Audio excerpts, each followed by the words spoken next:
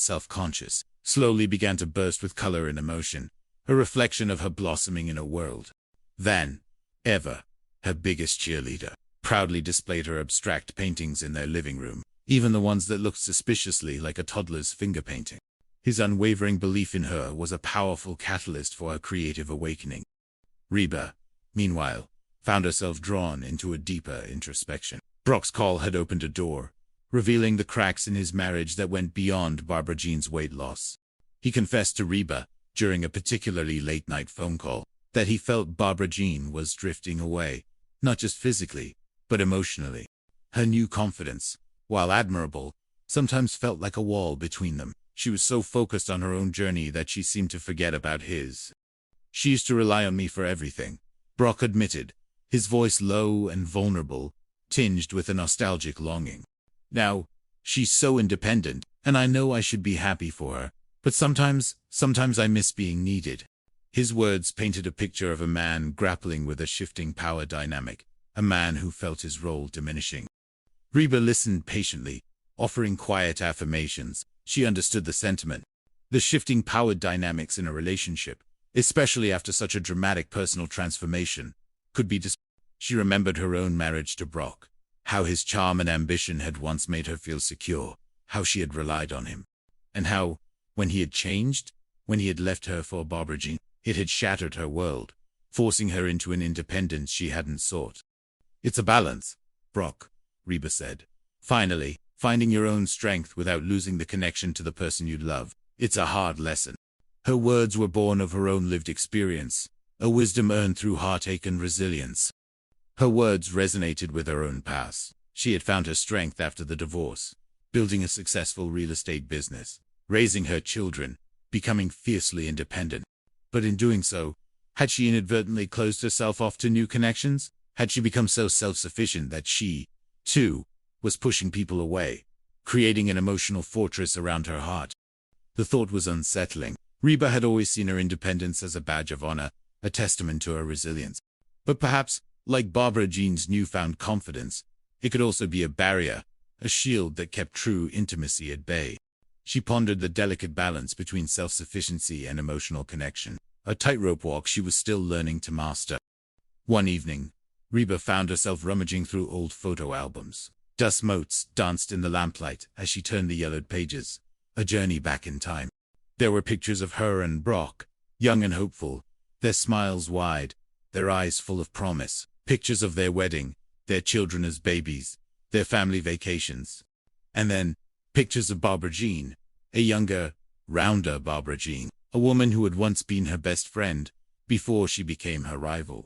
Before their lives became inextricably intertwined in a complicated dance of love and loss. She saw a picture of herself, taken years ago, before the divorce, before the endless struggles. She was smiling, but there was a subtle hint of weariness in her eyes, a shadow of the challenges she faced even then. She remembered the pressure she had felt to be the perfect wife, the perfect mother, the perfect everything. The constant striving, the unspoken expectations, the relentless pursuit of an unattainable ideal. And then she saw a picture of Barbara Jean, taken shortly after she and Brock had gotten together. Barbara Jean was beaming, almost radiating happiness, a carefree spirit that Reba, at the time, had resented deeply. But now, looking at it with the clarity of hindsight, Reba saw something else. A genuine joy. A woman who was finally finding her place, even if it was at Reba's expense. She saw not a rival, but a woman, just like herself, trying to navigate the complexities of life and love. Reba closed the album, a sigh escaping her lips. The past was a complicated tapestry, woven with threads of love, betrayal, resentment, and forgiveness. It was a reminder that people changed, relationships evolved, and sometimes the biggest transformations weren't just physical, but emotional and spiritual. It was a testament to the messy, beautiful chaos of human connection. She realized that her initial anger and jealousy towards Barbara Jean's weight loss had been a projection of her own unresolved issues, her own fears of being left behind, of not being enough. It was a ghost of her past, haunting her present, whispering doubts into her ear. Reba decided she needed a change, not a physical transformation, not a new body, but a shift in perspective. She needed to embrace her own journey, To find her own version of new pretty that wasn't about external validation, but about inner peace, about the quiet strength of her own spirit. The next morning, Reba woke up with a renewed sense of purpose. She still made her power smoothie, but this time, she added a handful of berries, a touch of sweetness to the green concoction, a small act of self. She didn't go for a power walk, but instead, she took a leisurely stroll around her garden, admiring the blooming flowers, feeling the warmth of the sun on her skin. She allowed herself to simply be, without the pressure of performance or expectation. She called Brock. "Hey," she said, her voice light. "How about that French place for lunch? My treat." Brock sounded surprised. "Really? I thought you were done with that." "No. Confondu bras," Reba quipped, a playful tone in her voice. Sometimes, a woman just needs a good meal and a good conversation. She was inviting him not just to lunch, but to a space of open communication, a bridge between their complicated past and their uncertain future. Brock chuckled. "Okay, Reba, you're on." His voice held a hint of relief, a willingness to engage. As she hung up, Reba smiled. The past was still there, a part of her story, but it didn't have to define her future. She was ready to write a new chapter, one that was filled with acceptance, understanding, and perhaps even a little bit of her own new pretty. The seeds of a new path were sown, and Reba felt a quiet excitement for what lay ahead. Chapter 9. Building Bridges, Forging New Bonds. The lunch with Brock at the French bistro was surprisingly pleasant. The atmosphere, usually reserved for a romantic rendezvous, felt comfortable and familiar between them.